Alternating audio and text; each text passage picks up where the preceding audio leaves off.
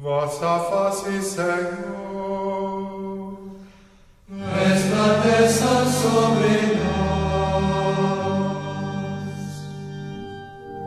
que Deus nos dê a sua graça e sua bênção, e sua face resplandeça sobre nós. O Senhor esteja convosco. Proclamação do Evangelho de Jesus Cristo segundo Mateus.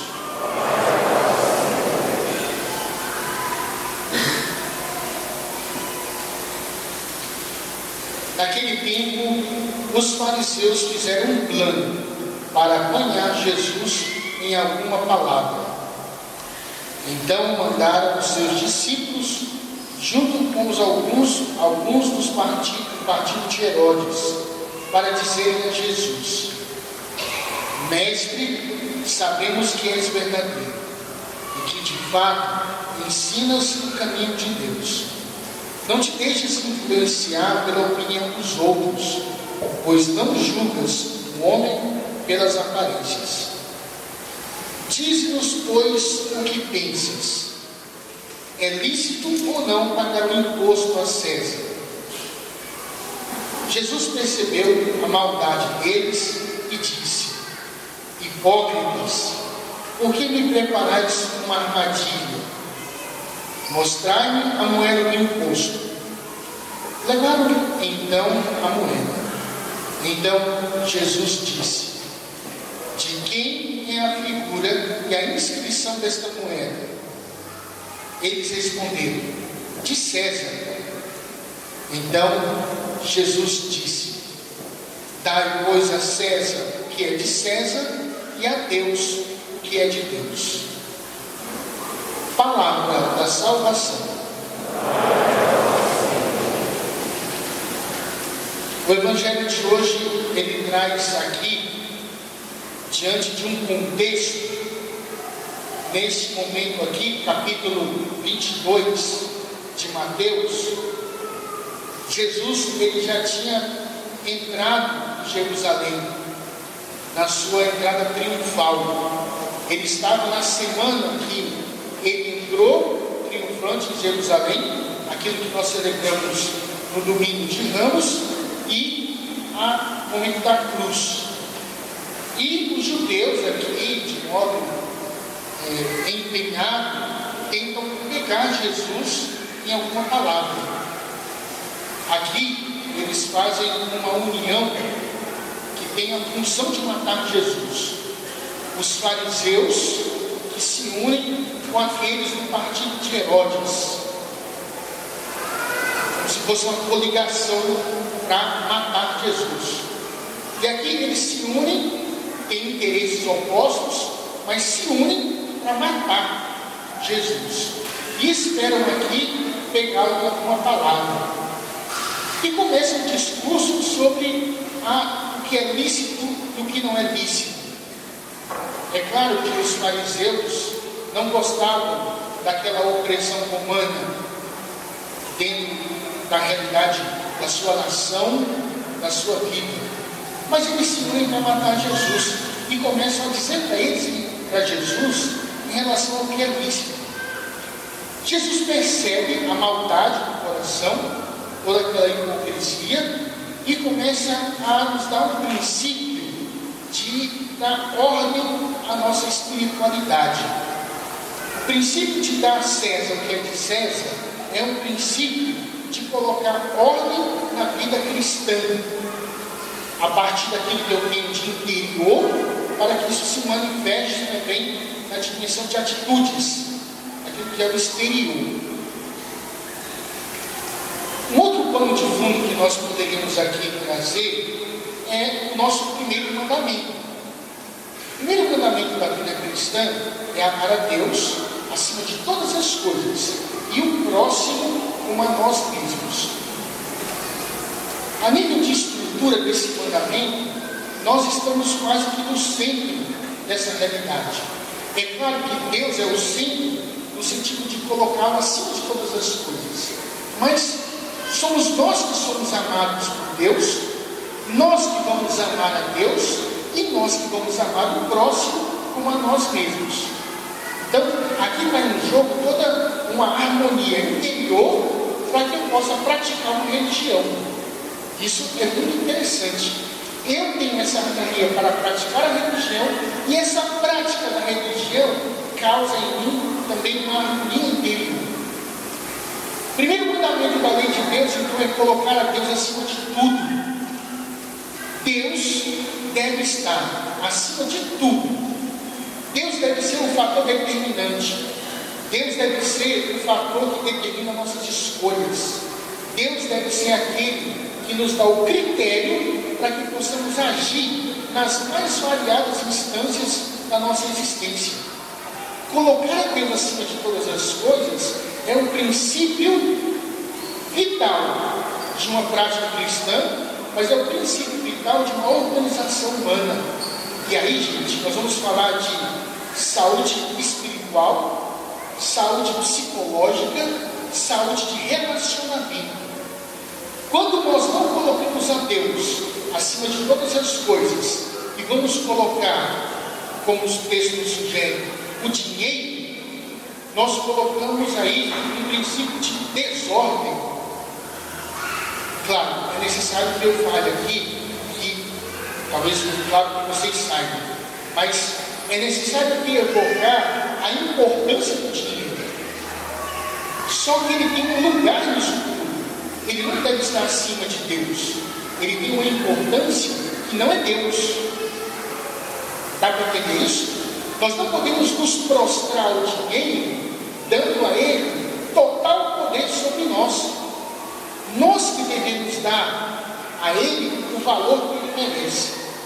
Sabe quando diante de uma sabedoria popular, a gente diz: não dê ao outro a importância que ele não tem. Deixa eu falar isso, né? É até um bom conselho, né? O que é isso? Não dê a essa situação a importância que ela não tem. Calma, não crie um monstro.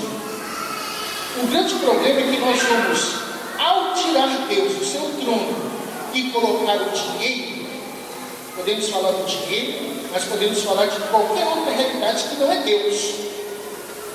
E aí colocamos essa coisa que não é Deus no lugar de Deus, e se estabelece toda a desordem. Porque se eu não coloco Deus acima de todas as coisas, os meus amores começam a entrar no processo de desordem. Talvez a principal consequência seria a idolatria, adorar o dinheiro. É claro que a gente não fala isso de modo concreto, né? Ninguém vai dizer assim, ó, eu sou adorador do dinheiro. Meu Deus é o dinheiro. As pessoas não falam isso.